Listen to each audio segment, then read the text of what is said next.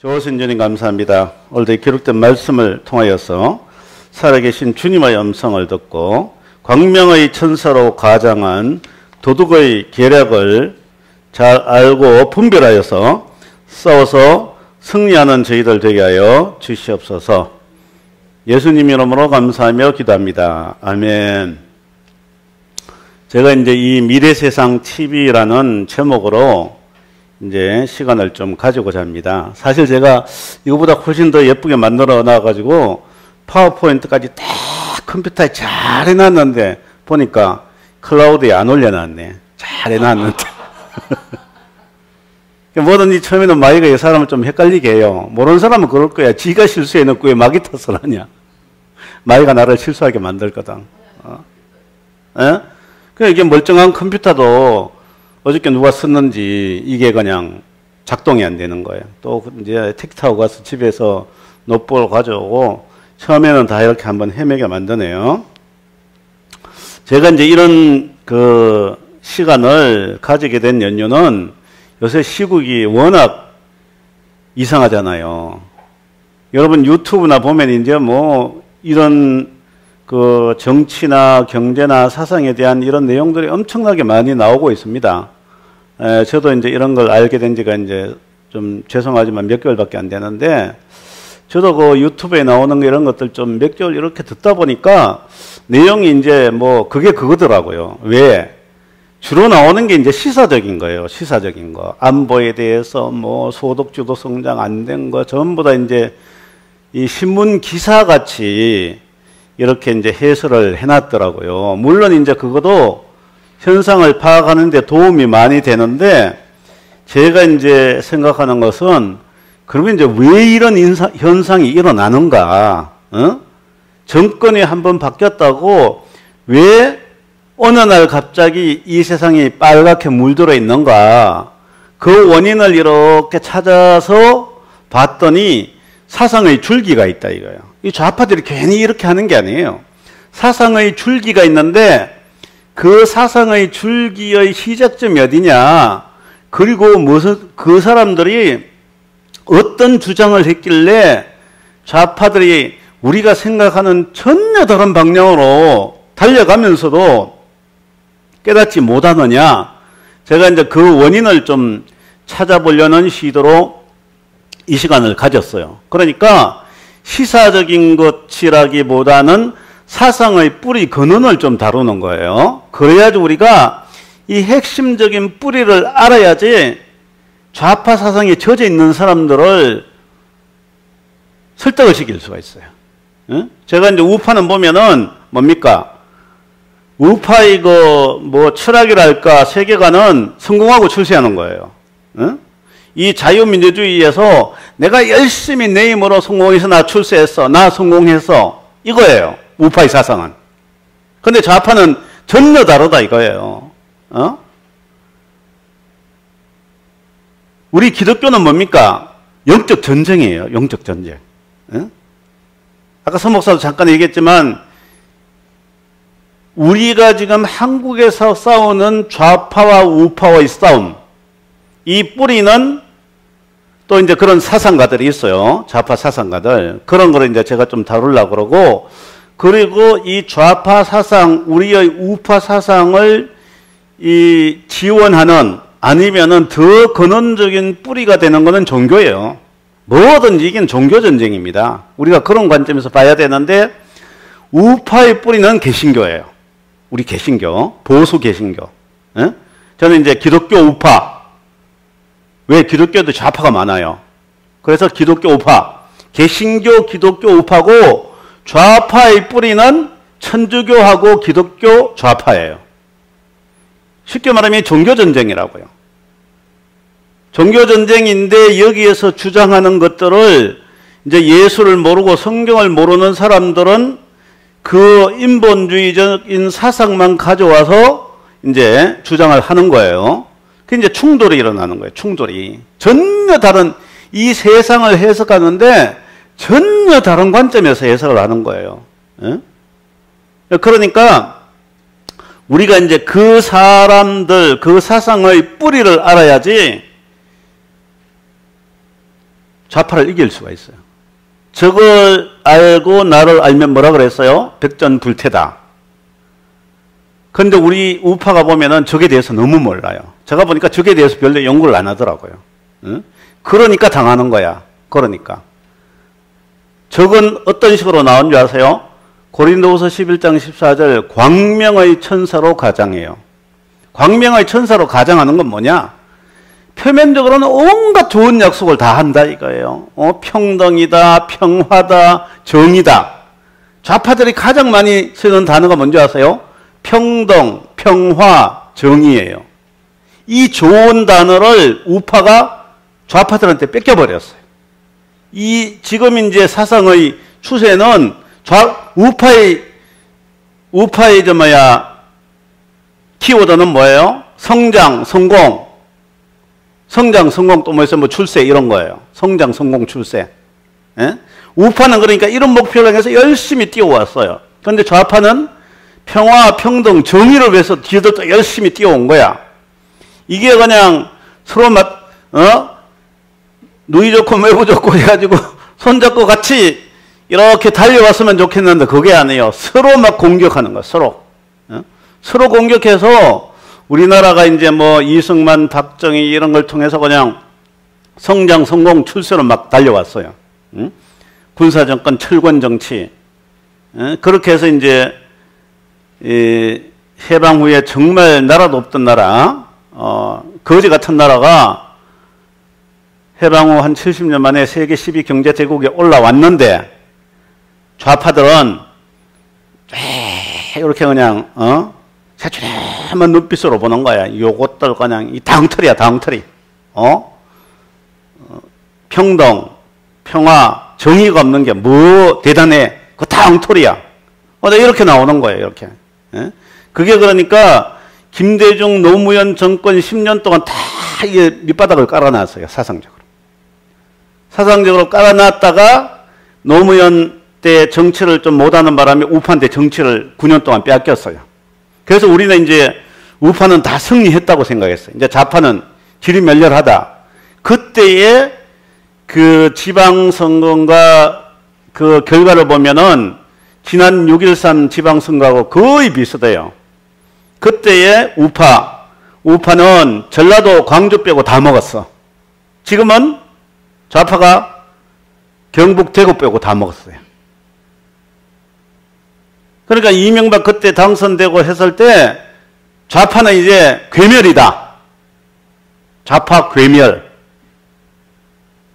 완전히 그냥 좌파는 이제 존재감이 없어졌는데 누가 살린 줄 아세요? 노무현의 자살이 살렸어요. 노무현의 자살이. 안희정 이런 사람들도 노무현파 아니다. 완전히 그냥 스스로도 부인을 했는데 이 한국은 이상하게 아무리 죄를 많이 져도 죽으면은 갑자기 사람들이 돌변해가 영웅을 만들어버려요. 그 노회찬 가지고 좀 반짝 이제 한번 그 인기를 끌어볼라 했는데 이제 사람들이 더 이상 안 속죠.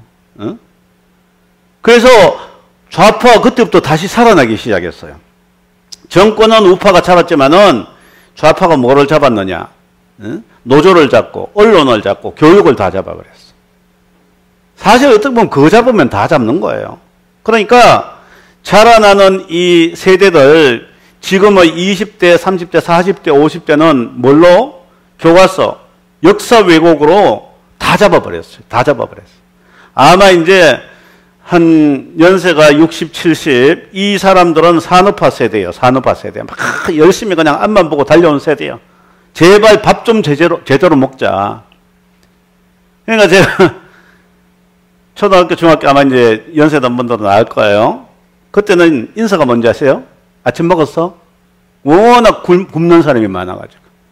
요새 뭐 인사할 때 애들한테 아침 먹었어 그래요? 그런 인사 한 사람 아무도 없잖아. 그 절대 가난에서 이제 벗어났다 이거죠.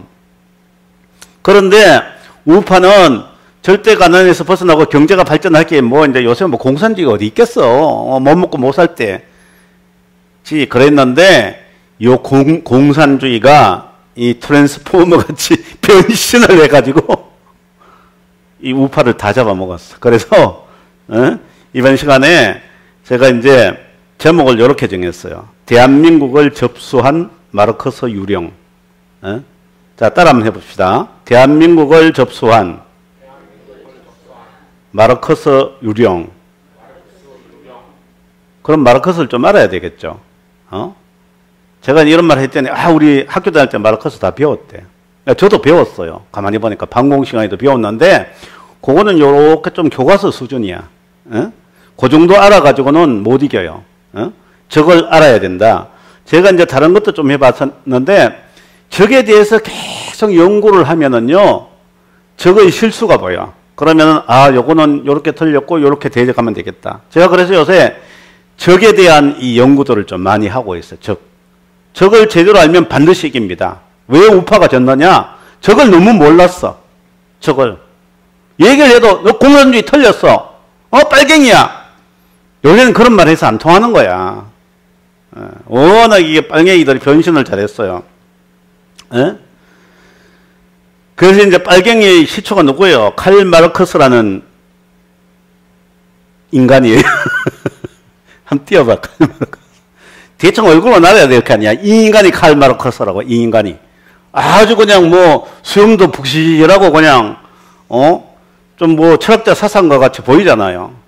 맞아요. 철학자 사상가야. 칼 마르크스가 한 말이 여러 가지 있는데, 사람들을 제일 선동시키면 뭔지 아세요? 노동자들이여 단결하라.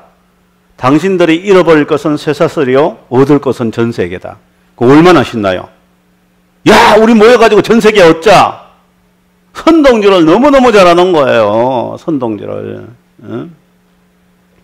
아주 그러니까 좌파들이 광명의 천사로 가장해서 온갖 좋은 약속을 다 하는 거예요. 그냥. 그러면 사람이, 금방 빨려 들어가요. 제가 이제 이 책을 연구하다가 이제 서 목사한테 이렇게 좀 얘기했더니, 여보, 그런 얘기 하지 말아요. 너무 좋은 얘기 하면 안 된대.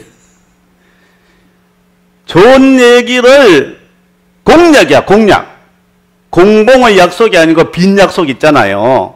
마르크스의 공약이 뭔지 아세요? 공산주의가 온전히 실현되면은 어떤 세상이 되는 줄 아느냐?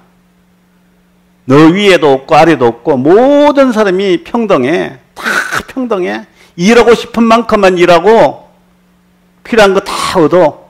그 나머지 시간은 뭐 하느냐? 네 하고 싶은 대로 다 해. 인간답게 사는 거야. 응? 아무런 착취도 없어. 잘한 사람도 없고 못난 사람도 없고 억압도 없어. 노동자들이여 단결하라. 우리 그런 세상 만듭시다. 그러면 사람들이 움직이겠어요. 지금 그냥 일용직도 그냥 얻기도 힘들고, 그것도 사실 그렇잖아요. 그런 일하면 얼마나 좀 수모를 당해요. 우리 신문에 보잖아요. 아파트 경비원들 은퇴해가지고 그것도 막 경쟁률이 치열한데, 그 일자를 얻어가서 가면은 온갖 추체를 다 당하는 거예요. 그런 사람들을 마음을 살랑살랑 부축해 주는 거예요. 너 암만, 그것도 그런데요. 이 좌파들은 이북에서 온 탈북자 청년들한테도 뭐라고 꼬드기냐. 꼬드겨가지고 탈북자들도 전부 다 또 반남한 세력으로 변한대요. 우리 그거 상상이나 하겠어요? 못 먹고 못 살고 우리가 생각해 김정은 저 그냥 독재자, 지삼촌도 그냥 고사포총으로 드르륵 갈겨 죽인 저 못된 놈, 지금 수용소, 강제 수용소도 10만 몇만 명 있고, 제가 얼마 전에도 다시 봤는데, 그 북한에서 그냥 예수 믿다가 이제 탈북한 여자, 그 크리스찬들만 그 가두는 강제 수용소가 있대요. 그 강제 수용소에서 크리스찬들한테는 무슨 일을 시키느냐? 용광로에서 무슨 작업하는 걸 시키는데, 그 막 용광로에서 그냥 불티나고 해가지고 피부에 다 튀고 해가지고 머리도 하나도 없고 피부가 완전히 그냥 돌바가지 돼 있대요. 옷도 못 입어. 시커먼 그냥 고무 그냥 앞치마 같은 거 이렇게 하나 앞에 두르고 있고, 얼마나 못 먹었는지 그 사람이 표현하는데, 이 머리하고 가슴이 뚝 떨어붙어가지고 이런 곱삽. 이 사람도 아니야, 사람도. 그런 나라인데도 표면적으로는 그냥 인민을 위하고 그냥 광명의 천사로. 그러니까 남한에 있는 사람들이 그냥 억눌림 받고 착취당한다고 생각하는 사람들이, 그러니까 그게 싫어서 못 먹어서 탈북한 사람, 청년들이 왜 그냥 획가닥 변하느냐. 남한의 좌파들이 뭐라고 꼬드긴지 알아요? 이제 탈북자들 와서 이제 직장에 다니잖아요. 야, 너 그 직장이라는 게 그 직장인 줄 알아? 다 그 네 주인들이 네 노동력 착취하는 거야, 착취. 너는 그 사람의 밥이야, 밥. 우리가 할 일은 뭔 줄 알아? 단결해가지고 저놈들 다 때려엎고 재산 다 빼앗아가지고 우리 평등하게 나누는 거야.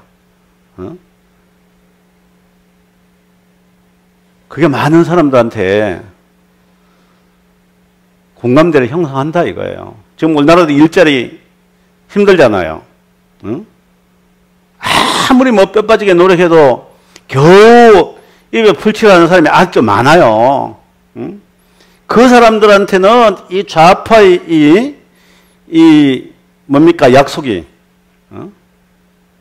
뭡니까 완전 목표가 되는 거야. 그래 맞다. 이놈의 세상 그냥 한번 뒤집어 보자. 이런 걸로 이제 분기충천에 있는 거예요. 그러니까 뭐 우파 우리가 정부에서 그냥 경제 성장 좀 시켜가지고 일자리 몇 개 창출하고 복지 몇 개 두는 거, 야 그건 다 사탕발림이야. 저 돈 많은 자본가들 우리 속이는 거야. 우리 속으면 안 돼. 뒤집어야 돼. 뒤집어야 돼.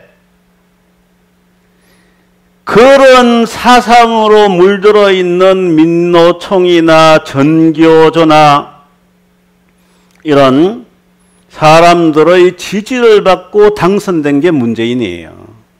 그러니까 문재인이가 지금 우리나라 경제가 1년 돼서 막 힘드니까 뭐 우클릭을 한다. 기업가들 좀 실어준다. 뭐 규제 혁파한다. 그러니까 우리는 이제 우파는 문재인이가 좀 정신 차리나 보다 그렇게 했죠. 근데 제가 보기에는 문재인이가 하고 싶어도 못해요. 자기의 지지 세력들이 워낙 강력하게 이런 것들을 반대하기 때문에 벌써 보세요. 우리는 막 최저임금 인상으로 인해서 경제가 힘들다 그랬는데 민노총은 뭐 주장해요? 10,000원까지 올려. 밀어붙여. 그래서 우리가 이제 저걸 잘 알아야 돼요. 그러니까 마르크스가 이제 뭐라고 말했느냐. 하나의 유령, 공산주의라는 유령이 유럽에 떠돌고 있다. 마르크스가 뛰어나봐. 그 공산당 선언이라는 책을 쓴 때가 1848년대예요. 1848년대. 예? 그런데 지금 몇 년이에요? 거의 한 150년 후에 제가 이제 이렇게 다시 고쳤어. 하나의 유령, 공산주의라는 유령이 온 세상에 떠돌고 있어요. 온 세상에 떠돌고 있다. 우리는 그냥 소련이 망하고 위성국가들이 망했으니까 공산주의 없어졌다고 생각해. 옛날에 어느 이제 유명한 정치 지도자도 그런 말을 했어요. 요즘 공산주의가 어디 있어? 그거는 공산주의가 뭔지에 대해서 잘 모르는 사람이에요.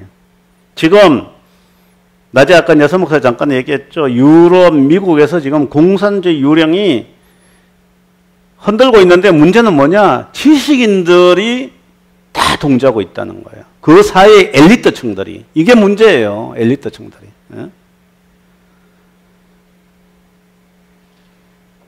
이전에 공산주의는 경제만 가지고 얘기했죠. 그죠? 정치만 가지고 얘기했는데 왜 이렇게 공산주의가 특색을 하느냐? 이제는 문화를 가지고 침투를 해서 그래요. 문화를 가지고 침투해서. 우리나라 이제 제가 이 좌파들이 하는 것도 완전히 이제 이 공산주의에 의해서 하는 건데, 좌파 정권은 북한 김정은 독재자와 다시 정상회담을 통해서 종전선언을 이제 추진하고 있어요. 물론 이제 뭐 판문점 회담에서 약속한 것도 있지만은 지금 경제가 워낙 나빠가지고 지지율이 한 60% 이하로 가니까 또 이제 남북 정상회담으로 한번 바람몰이를 하려고 그러는 거예요. 참 제가 그래서 이 김정은이하고 짜고 치는 고스톱이 아닌가. 그게 무슨 말이냐면은 문재인 정권 들어서기 전후에서 막 김정은이가 막 미사일을 빵빵 쏴댔잖아요. 그러니까 남한이 완전히 쫄았잖아요. 그러니까 전쟁 나면 다 죽는다. 우리 원자탄 터지면은. 제가 그때 보면은 우파들 전부 다 완전 쫄아 있었어요. 그러다가 이제 최순실 게이트가 나고 우파 정권이 이제 들어서 가지고 어떻든 문재인이가 판문점 평화협정을 하고 나니까 국민들이 전부 다 박수를 쳤어. 야, 이제 평화가 오나 보다. 그리고 언론에서 얼마나 띄웠어요. 그죠? 심지어는 기독교 지도자들도 얼마나 이게 띄웠는지 몰라요. 야, 이제는 정말 평화가 오나 보다. 진짜 오나 보다. 또 이제 일부에서는 뭐 남북 통일에 대해서 한 수 더 떠는 사람들은 야, 우리 이제 막 퍼주자. 서독이 동독과 통일을 했을 때도 서독이 막 퍼줬다. 우리도 일단 조건 없이 퍼주고 보자. 막 이랬다고요. 막 매스컴이 떠들고. 그런데 이게 그냥 생각보다 좀 진척이 안 되니까 그 사람들 다 또 쑥 들어가 버렸어. 요새 퍼주자는 사람도 하나도 없다. 참 기가 찬 사람들이에요. 노무현, 김대중 때도 퍼주자 그러더니 그냥 퍼줬다가 그냥 또 쑥 들어갔다가 또 뭐 평화회담 한다니까 또 퍼줍시다 그러고 나와요. 또 안 되니까 쑥 들어가고 또 나중에 또 나올 것 같아요. 그래서 이제 이게 남북 정상회담 바람을 통해서 인기를 좀 많이 할 것 같은데 제가 보니까 이 국민들 더 이상은 좀 안 좋을 것 같아. 지지율이 조금 올라가다가 말았어. 저거 다 그냥 허풍이다, 허풍. 예? 남북 종전선언은요, 북한의 백성들은 다 안 돼요. 종전선언 이꼬로 주한미군 철수 이꼬로 한미협정 파괴, 고려연방제야. 이 공식인데, 우리 우파들도 다 알아. 문제는 뭐냐면은, 우파도 알고 좌파도 알고 다 아는데 문재인 정권이 계속 밀어붙이고 있다 이거예요. 그걸 왜 밀어붙이고 있겠어요? 두 가지로 볼 수 있어. 끌려 내려오기 전에 빨리 만들어내자. 이거고 아니면 두 번째 힘 있을 때 빨리 만들어내자. 그런 심보인 것 같아요. 예? 그래서 이제 사회주의 공화국을 만들자고. 경제는 뭡니까? 좌파가 주도하는 것은 제가 이제 말씀드릴 때 여러분 항상 좌파의 최종 목표는 뭐예요? 평등입니다. 평등. 평등. 얼마나 이게 듣기 좋아요. 평등. 잘 사는 사람도 없고 못 사는 사람도 없는 평등한 나라. 정말 좋겠죠. 그죠? 제가 이런 얘기 했더니 돈 좀 있는 사람은 듣지도 않으려고 그러더라고요. 평등하면 자기 것 조금 뺏길까 봐. 그런데 좌파는 평등이야. 그 어떻게 평등이냐? 있는 놈들 거 뺏어가 나눠 가는 게 평등이에요. 있는 놈들 뺏어가지고.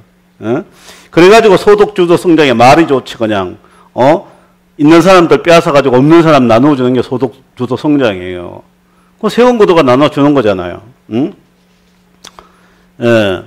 근데 이게 마르크스 이런 식의 경제가 다 망했거든요. 망했다고요. 이게 경제란 게 그래요. 제가 이제 이번 시간에는 조금 이제 객관적인 얘기를 하려고 그래요. 객관적인 숲의 모습. 그래야지 이제 앞으로 제가 자세히 할 때 좀 이제, 이게 이런 말이었구나, 이제, 될 것 같아요. 여러분도 사업하거나 이제 이런 분들이 많이 있죠. 그죠? 열심히 일하죠. 왜 열심히 일해요? 열심히 일하면 다 내 거가 되니까 열심히 일하죠.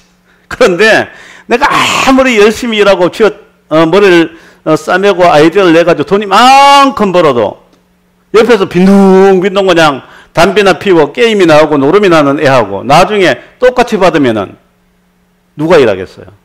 할까요? 안 할까요? 나는 아니야. 이타적이야. 나는 남을 위해서 사는 사람이야. 그게 될까요?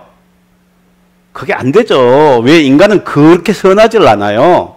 우리가 알다시피 인간은 타락한 인간이기 때문에 성선설도 있고 성악설도 있는 거야. 세상적으로 말하면. 착한 면도 있고 나쁜 면도 있어요. 그죠?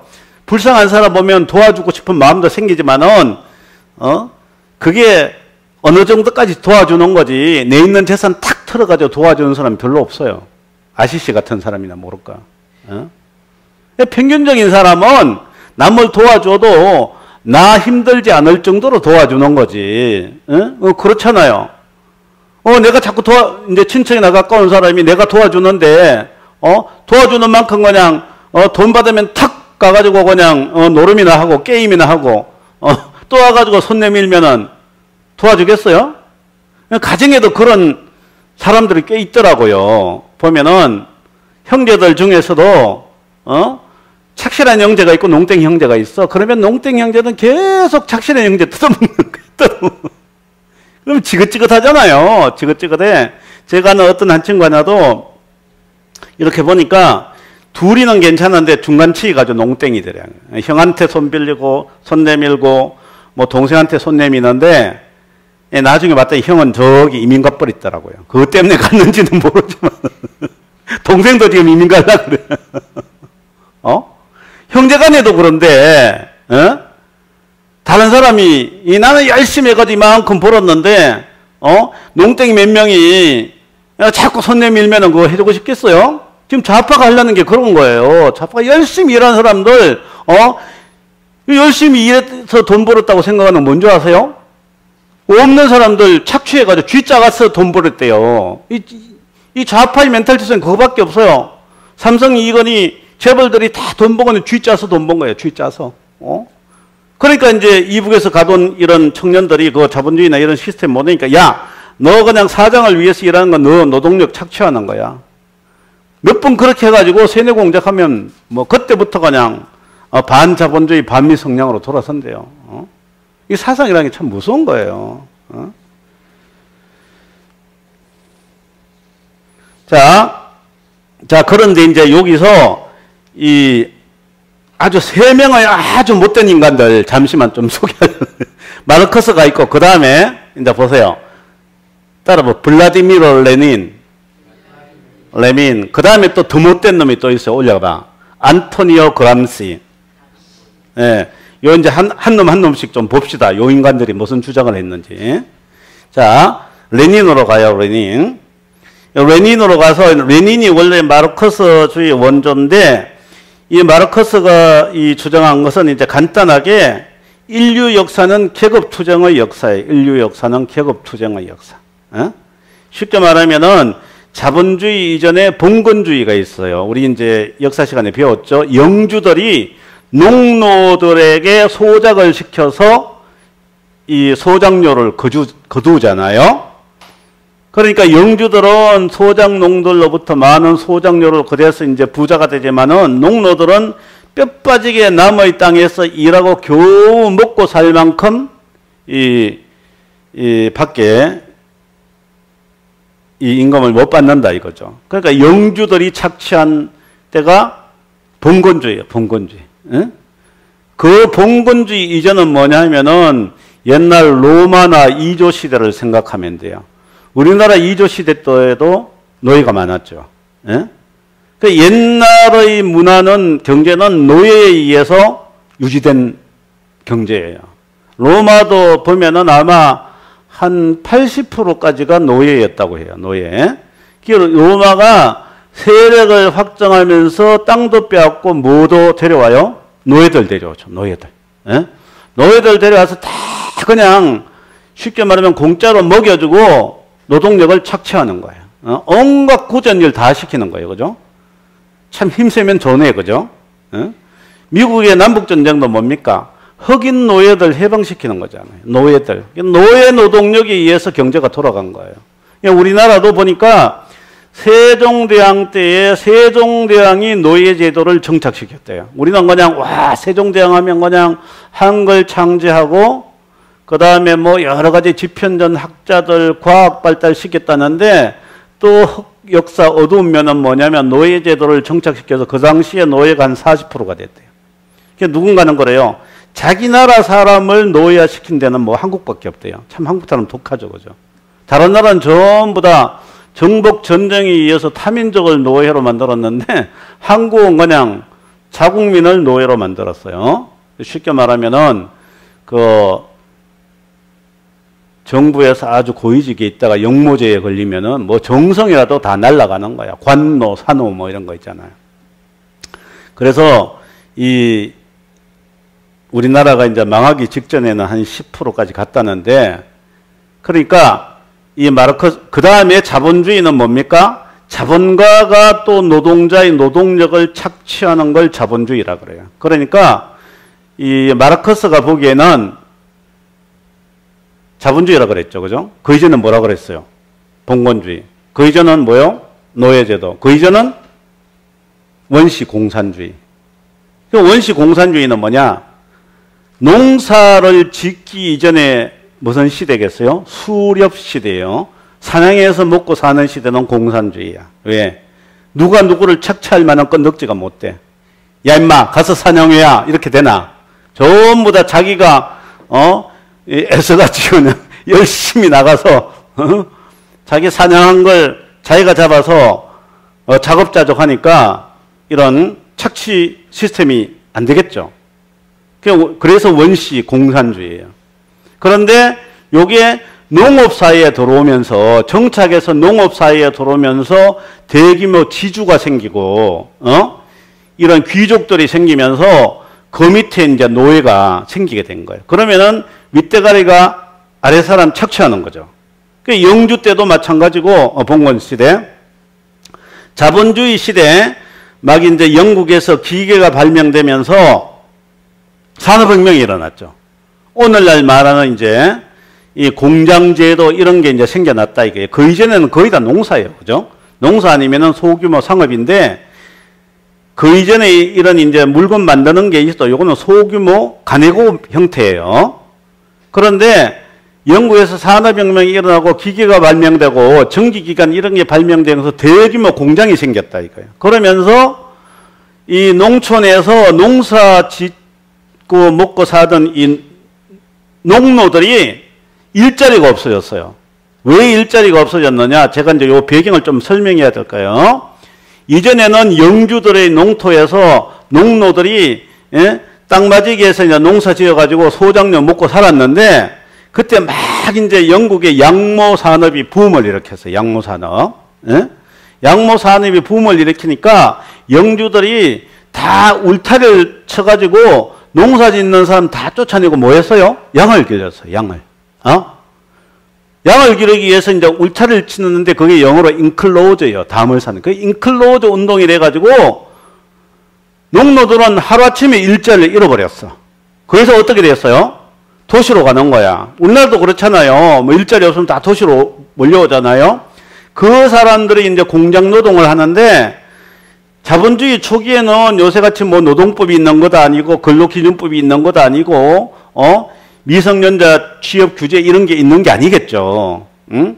공장에 일자리가 있으면은 어린이에서부터 모든 사람이 가서 일을 하는데 심지어는 이제 그때 뭐 의무교육 같은 것도 없거든요. 초딩들 이런 애들도 하루에 열 몇 시간씩 일하는 거야. 응? 어른들도 열 몇 시간씩 일해요. 그 사는데도 완전히 슬럼과 같은데 꼭 옛날에 우리 그 60년대 70년도 초에 그 구로공단 같은데요. 구로공단 가보신 적 있어요? 저는 몇 번 가봤는데 쉽게 말하면은 그때만 해도 이제 우리나라 의무교육이 초등밖에 안 되잖아요. 응? 중학교, 고등학교 못 보내니까 아들, 딸들이 전부 다 이제 도시로 와서 공장에서 이제 취업한다 이거죠. 그러면은 기숙사가, 다닥다닥 붙어 있는데 이제 화장실은 한두 개밖에 없는 거야. 그러니까 누가 그렇게 표현해 놨다가 아침만 되면 전쟁이 일어나는 거야. 화장실 전쟁. 누가 그러다가 야, 자기가 빨리 나와! 난리가 나고 그냥 공장에 가가지고 열 몇 시간씩 일하고, 노동 조건은 열악하고, 제가 이제 그 생각이 얼른 떠오르는데, 그 마르크스 당시에 이제 영국 상황이 그랬던 거예요. 완전히 이건 보니까 생지옥이더래, 생지옥. 그 당시엔 또 여자들도 이제 탄광에서 일을 했대요, 탄광. 탄광이라는 게 또 얼마나 열악하겠어요. 그 더운 여름에 탄광에서 일한다고 생각해 보세요. 그냥 여자들도 우통 훌떡 벗고 막 남자같이 일하고, 이게 막 좀 아비규환 같은 그런 상태에 이 마르크스란 놈이 등장을 한 거예요.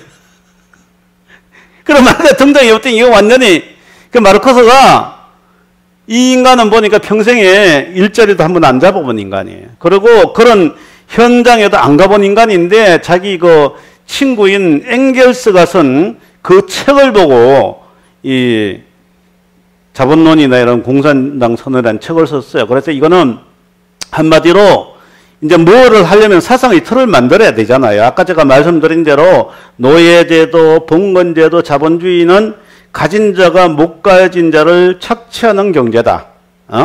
그리고 이 뭡니까? 노예제도, 봉건제도, 자본주의로 이렇게 발전되어 온 거 보니까 이 세상은 변한다.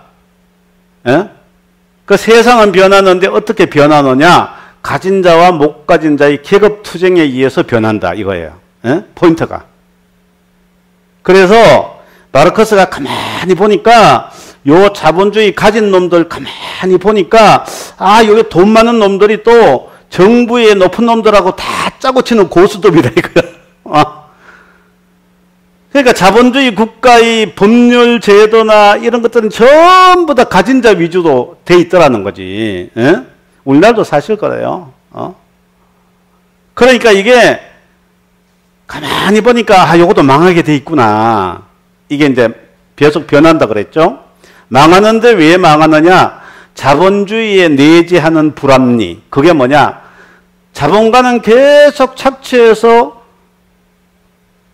부자가 되고 노동자는 계속 착취를 당해서 가난한 데가 된다. 빈익비 부익부 현상이 어느 순간에 꼭지가 차면은 요거는 자본주의는 붕괴가 되고 그 다음에 사회주의가 된다. 사회주의하고 자본주의가 결정적으로 차이 나는 게 뭔지 아세요? 자본주의는 사유재산을 인정하는 거야. 사유재산. 이 자본가는 뭐냐? 사유재산을 가진 사람이야. 공장의 기계, 설비, 응? 이런 게 이제 자본에 속하는데 이 내재하는 불합리에 의해서 자본가는 계속 부자가 되고 노동자는 계속 가난한 자가 되니까 스스로 붕괴가 된다 그랬어요. 마르크스는. 그 다음에 사회주의. 사회주의는 자본주의하고 공산주의 중간 단계예요. 일단 사회주의가 되면은 이 생산수단이 공유화된다. 이 쉽게 말하면은 북한같이 생각하면 돼요. 공장 누가 소유해요? 국가가 소유해요. 농토 누가 소유해요? 국가가 소유해요. 그러면은 백성들은 공장에 가서 이제 국가가 할당해주는 공장 가서 일하는 거예요. 지금 북한같이. 또 농사도 땅 주인은 누구예요? 국가야. 국가에서 너 여기서 농사해. 그러고 이제 이렇게 바쳐. 이제 이렇게 이제 사회주의예요. 이런 게. 그러니까 개인은 토지나 공장 같은 걸 소유 못 하는 거예요. 안 하는 거예요. 응? 그래서 사회주의에는 그래도 이제 국가 같은 게 필요해야 돼요. 누가 관리되니까 마르크스가 얘기하는 공산주의는 이제는 국가도 필요 없어. 사람들이 다 알아서 참 말도 안 되는 말인데 그렇게 주장하더라고요. 공산주의 되면은 국가도 필요 없대요. 그래서 공산주의자들은 민족 국가 개념이 없어요. 우리 요새 이제 그런 사람 비판해요. 저 좌파들은 우리는 우파 그러잖아요. 이 나라가 어떻게 세운 나라인데 이북한테 갖다 바치려고 그러느냐. 좌파들의 그 근본 개념에는 국가란 개념이 없어요. 왜? 노동자가 세우는 인터내셔널이에요. 인터내셔널. 쉽게 말하면 세계 정부라고 생각하면 돼요. 그러니까 민족 국가라는 개념이 없어요. 예? 그렇게 해서 이제 이 마르크스가 말하는 거를 우리가 이제 경제 결정론이라고 그래요. 경제 결정론. 경제가 모든 이 사회 구조의 토대다. 하부 구조다. 하부 구조. 말은 맞는 말이에요. 경제가 하부 구조고 그 위에 있는 상부 구조, 국가나 법률 제도는 이 자본주의를 유지시켜주는 그냥 지붕에 불과하다. 기둥은 자본가와 노동자가 착취 구조로 되어 있는 이 토대다. 이 토대를 유지시켜주는 게 자본주의 국가라 이거예요. 이해가 되세요? 그러면 좌파 개념에 의해서는 뭐를 뒤집는 거예요? 자본가하고 노동자의 착취 구조를 뒤집으려고 그러겠죠. 노동자 천국. 그래서 지금 노동부 장관도 민주당의 원내대표도 다 노동자 출신이에요. 왜?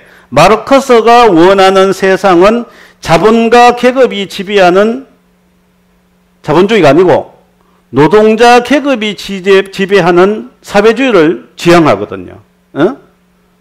그러니까 자본가라고 하는 인간들을 높은 자리에서 끌어내리는 게 이들의 목표예요. 이들의 목표. 그러니까 마르크스는 이제 그 정도까지 얘기를 했어요.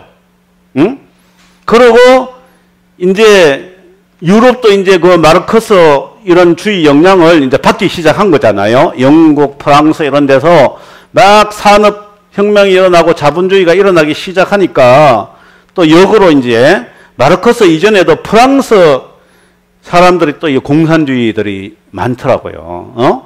그걸 이제 마르크스가 이제 집대성한 건데, 그 영국이나 이런 데서 이제 산업혁명이 이렇게 지속되면서 이 막 빈부격차도 심하고 자본가가 노동자를 착취하니까 마르크스 영향을 받아가지고 이제 유럽엔 노동당 같은 게 생기기 시작해서 노동당. 지금도 영국엔 보수당 노동당이 있어요. 그리고 독일은 또 사회민주주의예요. 사회민주주의. 사회주의를 가미한 민주주의예요. 그런데 그 사람들은 마르크스의 주장을 어느 정도 받아들여가지고 노동자 처우를 자꾸 개선하기 시작했어요. 요즘 우리가 같이 노동법 만들고 근로기준법 만들고 또 뭐 최저임금법 만들고 해서 이제 자본주의 이런 그 결점을 자꾸 이제 보완해 나가기 시작하고 노동조합이라는 거 생기기 시작했죠. 그 다음에 노동자들이 결성한 정당을 만들어서 쉽게 말하면은 점진적으로 개선을 해 나갔어요. 유럽은. 네, 그래서 쉽게 말하면은 유럽에서는 마르크스가 말하는 사회주의로 이게 안 된 거죠. 그죠? 자본주의가 개선된 거라 이거죠. 자, 그런데 문제는 뭐냐? 이 1917년에 요 블라디미르 레닌이라는 놈은 러시아를 완전히 공산주의화 시켰어요. 요 못된 놈이. 참 제가 보니까 머리 좋고 이 독한 놈들이 세상을 깽판치게 만들더라고요. 예? 마르크스도 평생에 그냥 땀 흘려서 일 안 해본 놈이고 또 블라디미르 레닌도 머리가 기똥차게 좋은 집안인데 좀 방골 집안이더라고요. 방골 집안. 자기 형이나 이런 뭐 누나하고 그때 제정 러시아요. 황제, 왕정 국가에서 그 제정 러시아 때 이 또 뭐 이 독재가 심했어요. 독재가 심하고 있는 자들끼리 우리나라 꼭 구한말 생각하면 돼요. 왕족이나 뭐 양반들 얼마나 쥐 짰어요. 20세기 초까지만 해도 영국에서 어떤 그 여행가 여류가 와서 그랬잖아요. 한국은 가망이 없는 나라다. 관리들은 전부 다 그냥 매간매직 돈 주고 자리 사가지고 쥐 짜더라. 백성들은 깨얼러 터졌더라. 이 나라는 가망성 없는 나라더라. 이 제정 러시아 당시 이제 그래가지고 이 레닌의 그 형제 누나가 좀 요새식으로 말하면 운동권이야. 운동권이라서 이제 황제 이런 제도에 대항하다가 좀 이제 뭡니까? 좀 처벌도 받고 그랬어요. 자, 그런데 나중에 또 이제 뭐 이 레닌도 그래서 이제 불이익을 당하다가 어떻게 이제 해서 대학을 들어갔어요. 대학을 들어가서 또 어떤 이제 반정부 그 활동을 좀 했는데 쉽게 말하면은 제정 러시아에서 너무 가혹한 형벌을 내린 거야. 꼭 우리나라 이제 데모하면은 어떻게 돼요? 박원순이나 문재인 그런 사람들 어떻게 돼요? 제적시켜버리고, 깜빵살이 시켜버리고 막 그러잖아요. 레닌도 그런 걸 좀 당했어. 그래서 제가 이 박원순이나 문재인이는 아직도 그냥 해보니 이 사람들 내적 치유를 안 해서 박정희나 이런 구세대에 대한 이 원한이 있는 거야. 생각을 해봤어요. 20대 88할 때, 지는 옳다고 한 그 데모 때문에, 박원순은 서울대 잘려가지고 명지대 들어갔다고요. 물론 문재인이야, 전액 장학금 준다 그래서 이제, 경희대 들어갔지만은, 그것도 감옥살이 한 거잖아요. 그러면은 운동권들은 대부분 보니까 제가 보니까 대부분이 감옥살이 한 사람들이야. 그러니까 우파에 대해서 좋은 감정을 가질 수가 없는 거예요. 예? 그래서 제가 저 인간들 다 불러 모아가지고 집단 내적 치유를 해야 되는 건데 그 분노가 차 있으니까 이 우파를 용납을 못하는 거예요. 레닌이 그런 인간이라 이거예요. 그렇게 이제 감옥살이 좀 하고 나니까 부드드드득 갈면서 이놈의 정권 뒤집어야 되겠다. 그래서 뒤집은 거예요. 중간과정을 생략하고 1917년 10월 혁명을 통해서 제정 러시아를 뒤집어 버렸어요. 원래 마르크스가 주장한 이 공산주의 사회주의는 점진적으로 자본주의 제도 내의 모순을 통해서 자본주의에서 사회주의로 가고 공산주의로 간다 그랬어요. 그냥 마르크스는 이름만 얘기해 놓은 거야. 그런데 레닌은 아니다. 언제까지 저절로 무너지기를 기다리느냐? 아니다. 우리가 그냥 속전속결로 뒤집어야 된다. 그 러시아는 그때 자본주의 모습이라고는 별로 없었어요. 러시아가 그냥 그 당시 대부분이 무슨 거야? 농업국가예요, 농업국가. 노동자들은 요만큼밖에 안 되는데, 마르크스주의 이론에 의하면은 러시아에서는 사회주의가 올라면 한참 기다려야 돼요, 그죠? 자본주의가 먼저 오고 사회주의가 해야 되는데, 레닌은 이제 그거야 못 참겠다, 개꼬리. 뒤집고 보자. 그래서 제가 마르크스는 경제적인 공산주의고 레닌은 정치적인 공산주의다. 쉽게 말하면은 레닌이 마르크스가 말한 경제적 공산주의를 확장시킨 거죠. 정치적인 공산주의. 아니야. 이건 못 기다려. 일단 뒤집어 놓고 봐야 돼. 그리고 뭐라고 했느냐. 마르크스는 이 자본주의의 그 모순으로 인해서 노동자들이 점점 각성해서 노동자들이 이제 어떤 운동이나 이런 거에서 사회주의로 넘어간다 그랬는데, 레닌은 뒤집어 놓고 나서 뭐라 그런 줄 아세요? 노동자들이나 농민들은 일하느라고 바빠가지고 내가 대신 혁명을 해주지 뭐. 이런 생각이에요. 이 사람들은 바쁘고 또 사상을 모르니까, 공산주의는 그런 식으로 해서 안 돼. 똑똑한 직업혁명가들이 노동자나 농민들을 교육시키고 선동시켜서 이건 만들어 가야 돼. 그런 이론을 만들어낸 거예요. 그래서 그때부터 직업혁명가라는 단어가 생겼어요. 엘리트들이 사상적으로 무장해서 이 잘 모르는 이런 무지랭이 농민들, 노동자들을 가르쳐야 된다 이거예요. 그래서 정치적으로 뒤집었어요. 정치적으로 뒤집어가지고 10월 혁명이 성공한 거예요. 1917년. 그래서 엄청나게 사람 많이 죽였죠. 그죠? 그때는 이제 요인간들 하나하나 자세히 살펴볼 때 이제 하기로 하고 수백만 명 죽었어요. 그 다음에 또 후계자 스탈린이 들어와서 더 죽였고, 그러다가 왜 망했어요? 경제 때문에 망했죠.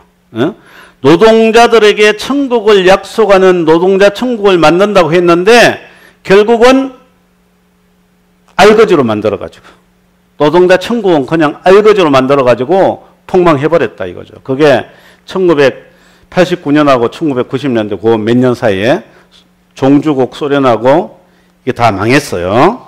그래서 이 공산주의가 한때 전 세계의 3분의 1을 지배할 정도로 막강했어요. 그리고 또 많은 유럽이나 이런 나라에서는 이 지식인들이 스스로 소련 스파이가 많이 됐대요. 영국, 프랑스 이런 데. 공산주의 취지가 너무 좋아가지고.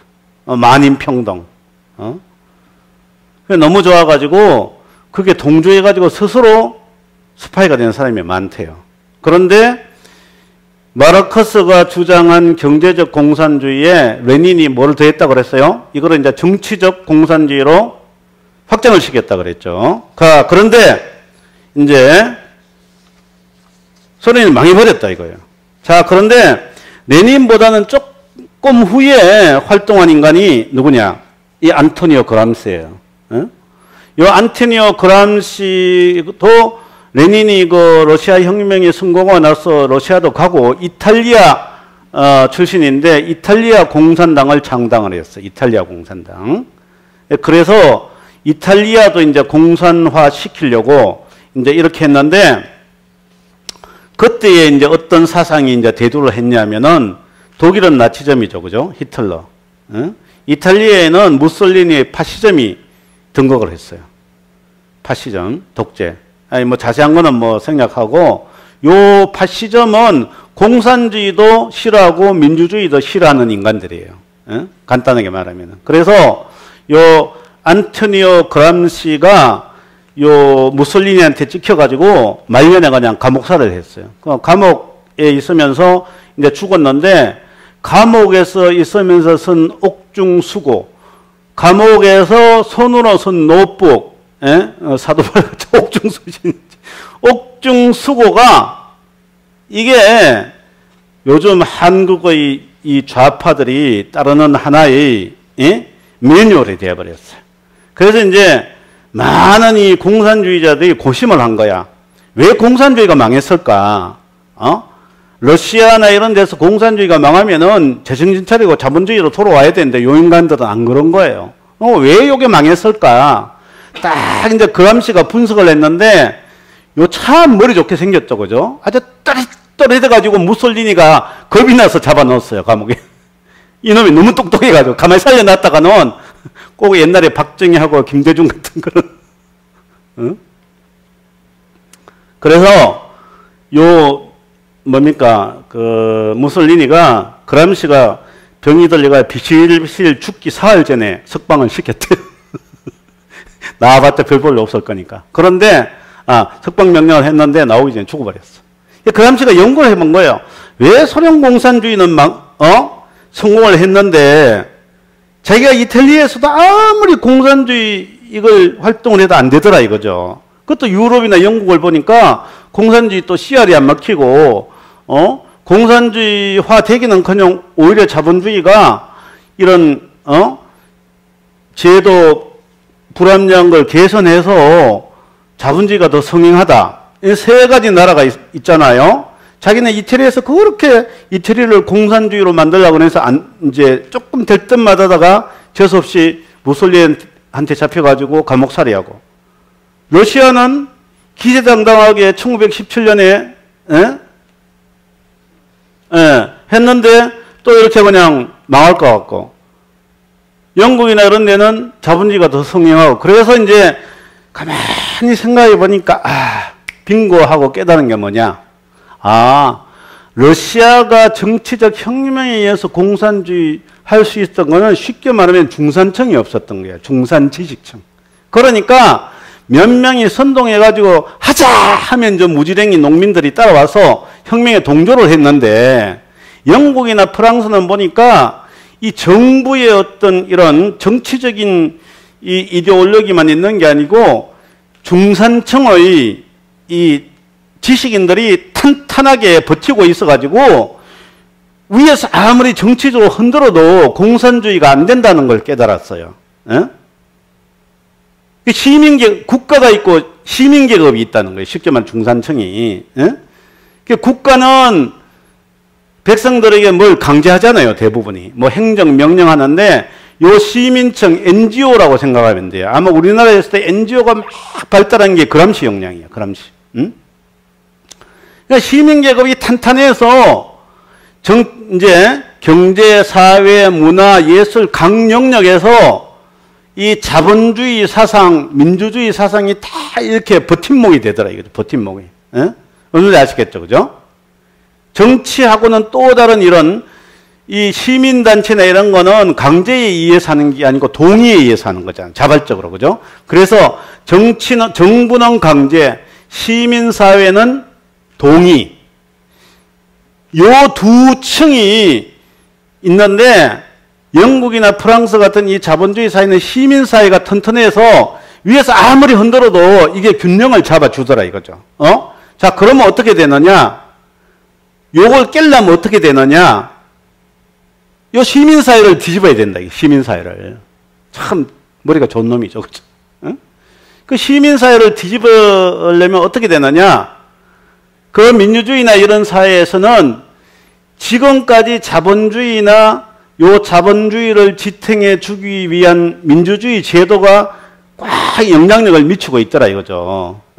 그래서 요 시민사회를 깨기 위해서는 각 분야에 들어가서 윗대가리들 생각을 바꿔야 된다. 그래서 그걸 뒤집어야 된다고 하는 게 이제 이 그람시가 말하는 헤게모니 이론이라는 게 있어요. 헤게모니 이론. 이게 이제 우리나라 좌파들이 따르는 전략인데 헤게모니 정탈을 위해서 뭐를 해야 되느냐? 진지전을 펼쳐야 돼요. 진지전. 진지. 군대에서 말하는 그 진직 있잖아요. 그러니까 이제 그람시는 문화나 교육이나 언론이나 예술을 하나의 각 진지로 보는 거예요. 진지. 그래서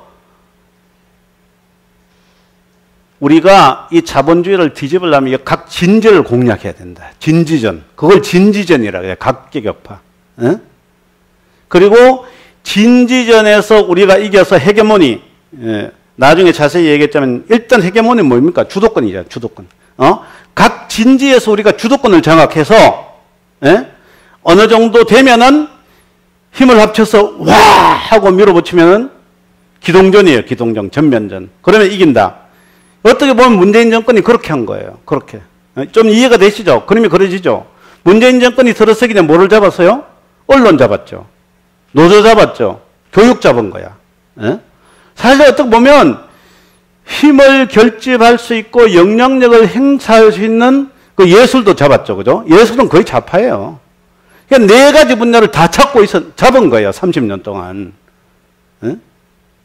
그러면은 그 30년 동안 우리나라 보수는 뭐 했어요? 그저 성공과 출세야. 성공과 출세. 나 이렇게 해서 성공했어.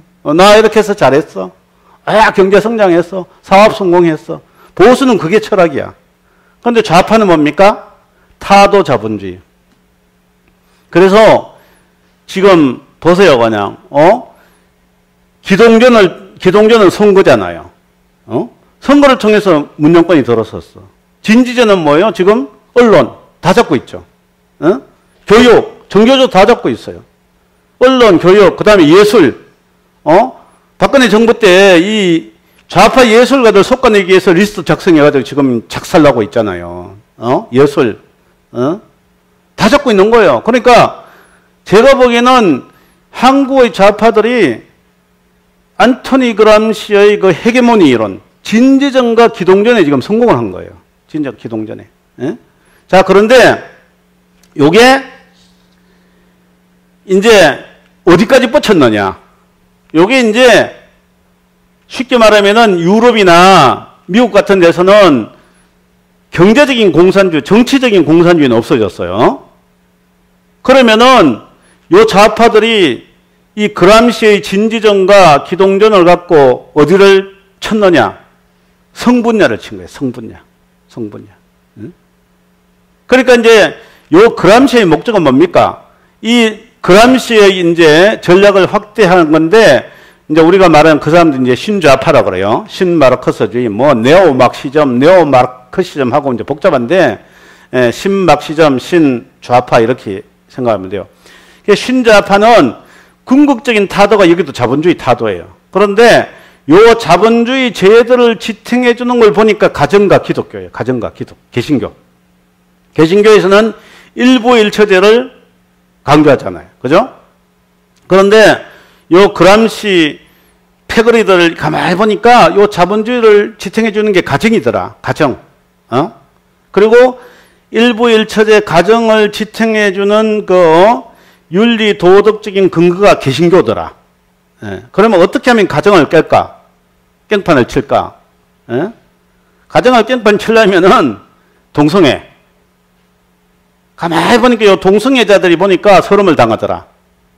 그래서 요거를 성소수자, 인권, 평등이라고 해서 성소수자의 인권과 평등과 정의를 실현해 주자.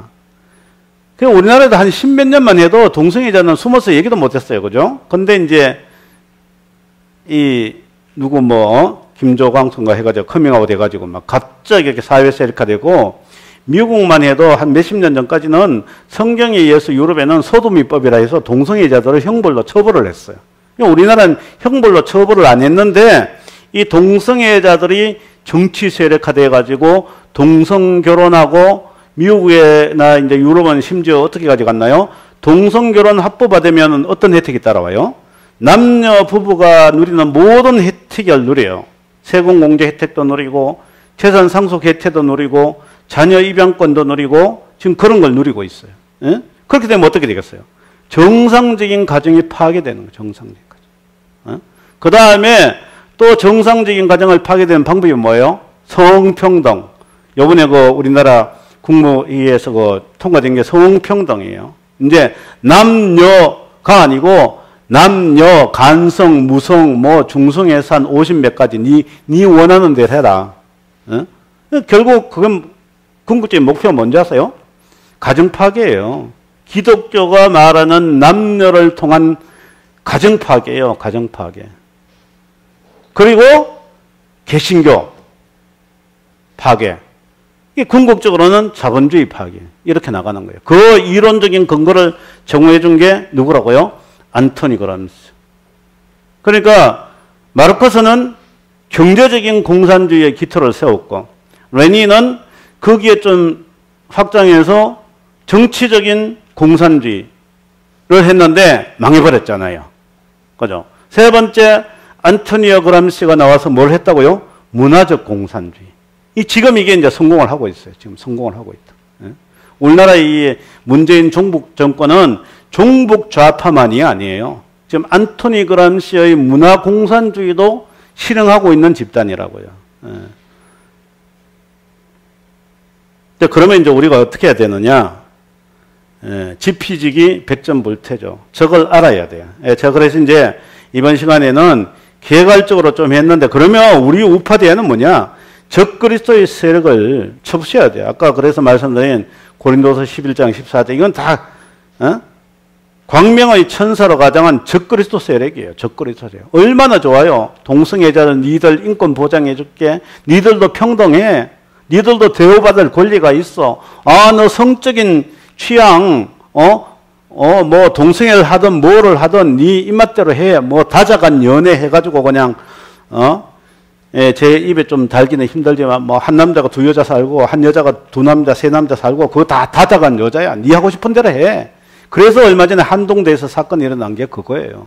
한동대 대학생들이 그런 여자 불러가지고 세미나 했다가 한동대에서 제재를 가하니까 국가인권위원회가 오히려 한동대한테 경고를 한 거예요. 인권 보장하라고. 결국 그래서 이 적그리스도의 세력은 뭐래요? 요한복음 10장 10절 도둑이 온 것은 도둑질하고 죽이고 멸망시키는 거예요. 광명의 천사로 와서 그러면은 그 사람들이 동성애하고 뭐 성취향하고 이렇게 살면은 그 제대로 된 인간이에요? 짐승처럼 사는 거지. 그러다가 지옥 가는 거지. 응? 그 도둑이 원래 목적이 그건 거예요. 광명의 천사로 평등, 정의, 평화 약속했다가 결국 뭐예요? 다 바보로 만드는 거예요. 그러니까 우리가 할 일은 뭐라고요? 그 사람들을 전도해서 복음을 전해야 돼. 제일 목적은 그거예요.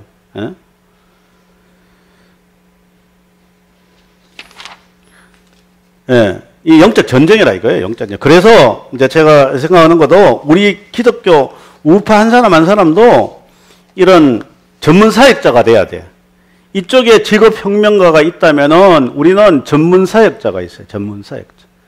그리고 이제 뭐 직장사역이라 그러잖아요. 직장사역. 예? 우리 교회에서도 말이 많이 있었죠. 직장선교사. 근데 어떤 사람 그러잖아요. 제1, 전업은 하나님 나라 확장이고 부업이 사업이다. 예? 그 직장선교.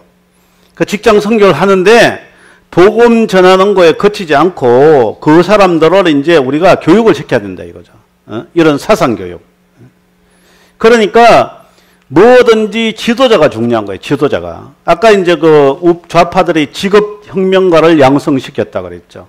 직업혁명가라는 말은 무슨 뜻이냐면은 그것만 하는 거야. 그것만. 그것만 할 수 있도록 자금을 대주는 거예요. 그러니까 북한에서 김일성 장학생 공작금이 오는 거는 그런 거예요. 사람을 길러내는 거예요. 사람을. 응? 김일성이 뭐라고 말하는지 아세요? 처박아 놓고 푹 기다려. 그런 전법이에요. 그게 무슨 말이냐?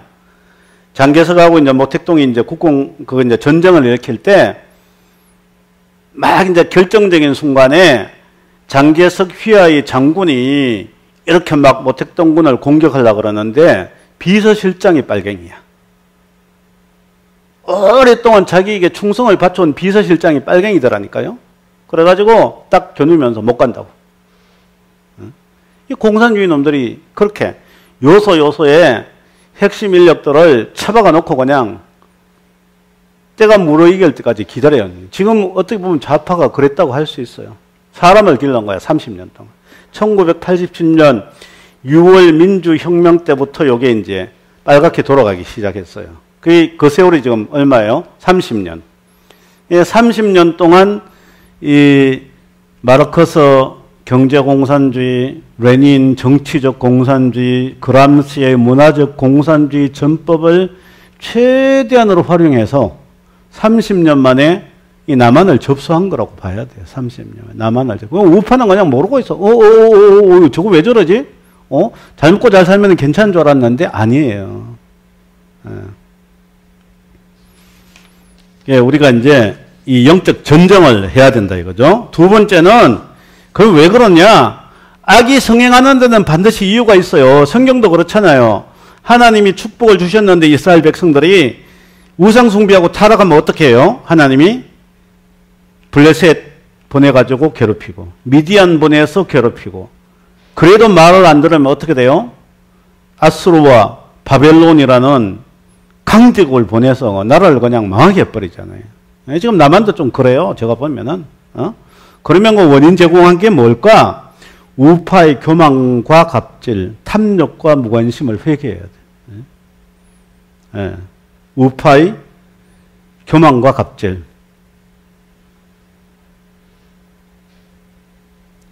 정말 우리나라는 억울하면 출세해야 돼요. 못 가지면 정말 서러운 나라가 한국이야. 제가 미국엔 좀 오래 살아봐도 있는 자 없는 자 그렇게 뭐 깔보고 이런 게 별로 없더라고요. 뭐 없는 자도 햄버거 먹고 뭐 트럼프도 햄버거 좋아한다 그러대. 3인분을 먹을 스타일이지. 이게 이제 별로 일상생활에서 우리가 누리는 데에서는 별로 이게 차이가 없어요. 다 뭐 있는 자도 청바지 있고 없는 자도 청바지 있고. 정말 이제 뭐 인간적으로 생각하면 열불 나지. 그 사람들이 뭐 어떤 부는 그냥 상상도 못할 지경이지만은 그래도 이 평균적으로 사람이 어느 정도 먹고 살면은요, 그 다음에는 돈이 행복에 미치는 요소가 별로 크질 않아요. 물론 어떤 사람은 그래. 미국에도 뭐 홈리스가 있더라. 있기는 있지. 제가 보니까 그런 홈리스들은 대부분이 게을러서 그래. 홈리스들한테 직장 주고 하면은, 아유, 그냥 힘들고 귀찮대. 나 홈리스로 그냥 편안하게 살래. 그런 인간들은 구제불능이야. 구제불능. 그러나, 이, 교만과 갑질은 한국만큼 심하지 않대. 우리나라 얼마나 갑질이 심해요. 갑이 을을 괴롭히고 또 을이 병을 괴롭히고 병이 또 갑을 정을 괴롭히고 이게 그냥 갑질의 순환고리가 한국은 너무 심해. 너무 심해요. 그리고 이제 탐욕과 무관심이에요. 제가 이렇게 좀 우파 사람들 이렇게 뭐 저는 많이는 안 좀 만나보니까 아직도 좌파들이 왜 저렇게 기성을 부르는지 이해를 못하고 다 빨갱이야 빨갱이 이러고 끝났는데 왜 기성을 부르겠어요? 있는 자들이 탐욕과 무관심이에요. 탐욕과 무관심. 성경에 보세요. 그냥 이 시편 82편 3절에 되어 있어요. 가난한 자와 고아를 위하여 판단하며 곤란한 자와 빈궁한 자에게 공의를 베풀지며 가난한 자와 궁핍한 자를 구원하며 악인들의 손에서 건질지어다. 그 하나님은 가진 자들이 못 가진 자들을 억압하고 수탈하고 착취하는 걸 제일 싫어해요. 그런데 이 우리 대한민국 자본주의 생리에서는 각계약진해가지고 막 자유 성공하는 게 너무 그냥 그것만 가르쳤어요. 교회도 그렇고. 물론 이제 그런 때도 있지. 절대 가난에서 벗어나야 되니까. 요즘도 교회에서 보면 계속 성공하는 걸 가르쳐요. 물론 필요해. 필요 없는 건 아니지만은 눈을 돌려가지고, 발버둥치도 안 되는 사람들이 있어. 발버둥치도. 그러면은 우리 한국에서 뭐라 그래요? 나고자 실패자로 낙인을 찍어버리죠. 나고자 실패자로. 그런데 나고자 실패자가 너무 많다 이거예요. 나고자 실패자가. 그러면은 그 나고자 실패자들이 단결을 하면은 정치 세력화가 되는 게 민주주의예요. 동성애자들 그래요. 각 나라마다 동성애율이 한 2, 3%밖에 안 돼요. 그런데 그 동성애자들이 결집해서 정치 세력화를 하니까 국회의원이나 대선 선거 때 무시를 못하는 거예요. 표불락이잖아. 표불락. 몇십만 표. 우리나라도 한 4%면 몇 명이에요? 200만 명인가? 뭐 최대한 잡으면 200만 명 가까이 성소수자라 이거예요. 그러면 이게 정치 세력화 돼가지고 야, 너 우리 지지해주면 표 줄게 그러면은 그건 노 할 만한 정치가 있겠어요? 정치 세력화를 해버려요. 요새는. 그게 무서운 거예요. 그게 무서워. 이제는 더 이상 약자들도 봐주십시오. 한 푼 적선해 주십시오. 이렇게 안 나오는 거예요. 정치 세력화를 해버린 거야. 정치 세력화. 예? 그러니까 미국에서는 동성애자 대표가 대통령 만나고 막 그래요. 예? 아주 지금 그런 나라가 돼버렸다고요.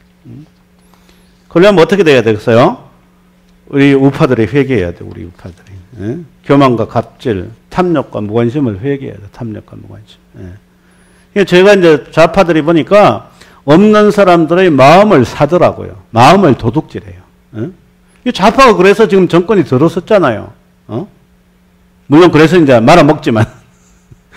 말아먹지만은 이게 손실이 너무 큰 거야, 손실이. 그런데 참 웃겨요.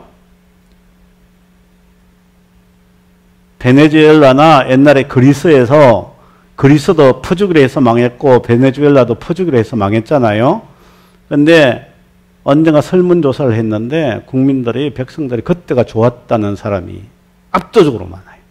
압도적으로. 그런 시절이 다시 돌아오길 기다린다는 거지. 공짜로 퍼주는 세상.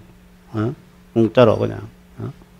사람들이 마음 한구석에서는 열심히 일하려는 도전정신이 있는가 하면은 또 한 곳에는 한없이 깨어르고 싶은 본성이 있어요. 이 성선설과 성학설에 의해서. 제가 이렇게 살아보니까 그러는데 제가 좋아하는 거는 막 열심을 내는데 어떤 데는 다 팽개치고 그냥 농땡이 치고 싶은 마음이 생기는데 여러분 안 그래요? 아, 내 1년도 아무것도 안 하고 편하게 좀 먹고 살아주면 좋겠다. 그 사회주의 국가는 그런 걸 충족시켜 준다니까요. 야, 니 놀아라. 우리 국가가 먹여 살려줄게. 그거 얼마나 좋아. 세 번째, 적을 제대로 알아야 승리를 한다. 예? 물론 뭐 농땡이 피우고 껴름 피워도 그냥 10년 동안 20년 동안 먹여 살려주면 오죽 좋겠어요. 그런데 사람이 너무 게을러지면요 타락해요. 그거는 여러 실험에서도 증명이 됐어. 꿀벌 이야기도 있죠. 온대 지방에서 이제 꿀벌은 열심히 일하잖아요. 월동하려고, 월동. 예? 자, 그런데 과학자가 실험을 하기 위해서 꿀벌을 저기 이제 열대 지방에 한번 보내봤대요. 꿀벌이 처음에는 열심히 일을 했어. 월동하려고. 근데 보니까 겨울에 안 오네. 일을 안 하는 거야. 여가 시간이 많아졌어. 꿀벌이 그러면 선행을 하겠어요? 그때부터 막 사나워져가지고 사람도 공격하고 막 그런데요. 에? 이게 사람이나 이 미물이나 다 이게 어떤 본성이 그런 게 있나 봐요. 에? 옛날에 미국에서 그 인디안 레저베이션이라 그래가지고 이제 인디안 땅 뺏었던 거 이런 거 다 미국에서 이제 보상을 해줬어요. 토지 보상. 그러니까 갑자기 이제 땅 부자가 떼부자가 된 거잖아요. 우리나라도 있잖아요. 저기 토지 수용령 하면은 뭐 농사 짓던 사람이 한꺼번에 막 수십억 막 100억씩 돌아가지고 떼부자 되는 사람이 있더 인디언들이 떼부자가 됐어. 떼부자. 예? 나중에 봤더니 사람들 어떻게 변해 있겠어요? 아주 그냥 건실하고 나이스하고 우아하게 됐을 것 같아요. 아니요. 그냥 마약하고 술 처먹고 그냥 나중에 보니까 다 깽판돼. 깽판돼. 인간이란 게 그래요. 인간이란 게. 어? 편안하면 그냥 도사가 될 것 같죠? 아니에요. 괴물이 되어버린다. 괴물. 그래서 적당하게 일하고 쉬어야지 계속 쉬면 안 된다 이거예요. 자, 그런데 지금 좌파들은 그런 세계를 약속하고 있는 거예요. 너 그냥 너라도 다 먹여줄게. 그냥 공부시켜주고 그냥 뭐 해주고 그냥 해주고 그냥 해주고 그냥.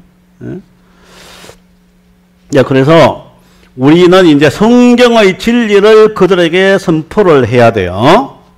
결국은 우리가 세상의 소금과 빛이 돼야 돼요. 세상의 소금과 빛이 돼요. 그래서 제가 이제 저도 뭐 이렇게 대한모이나 저런데 뭐 자주 나가는 편은 아닌데 조금 나와가지고 이렇게 그냥 태극기 운동하는 사람 이렇게 들어보니까 이제 이구동성을 하는 말이 그거더라고요. 나와서 태극기만 흔들면 뭐하냐? 사람을 길러야 된다. 예? 그래서 제가 이제 그 어떤 시도로 이런 걸 한번 시작을 해본 거예요. 그냥 시사적으로 아는 것보다 우리가 이 본질을 좀 알면은 이제 적과 싸워서 이길 수가 있다. 예? 그래서 이제 요 정도로 강의는 요 정도로 하고 우리가 시간이 꽤 많이 갔네. 우리가 좀 늦게 시작했죠, 그죠? 기도 시간을 좀 가집시다. 예? 자, 그럼 첫 번째 뭐냐? 적과 싸워야 돼요. 적과 싸워 대적해야 되니까, 첫째는, 이제 기도 순서는 일단 우리 회개부터 먼저 회개. 우파이, 뭘 회개해야 된다 그랬죠? 간단하게. 교만과 갑질. 교만과 탐욕과 무관심. 교만과 갑질. 탐욕과 무관심. 예, 그 다음에 이제 오늘 하나 빠졌는데, 이 종교다원주의 회개. WCC. 예? 이게 그냥 또 한국교회 이게 다 망치는 거예요. 어떻게 보면 만악의 모든 악의 근원이 여기서 나온 거. 제가 이제 나중에 좀 자세히 다룰 건데 종교다원주의가 뭐예요? 불교 믿어도 이슬람교 믿어도 다 구원받는다는 거잖아요. 예?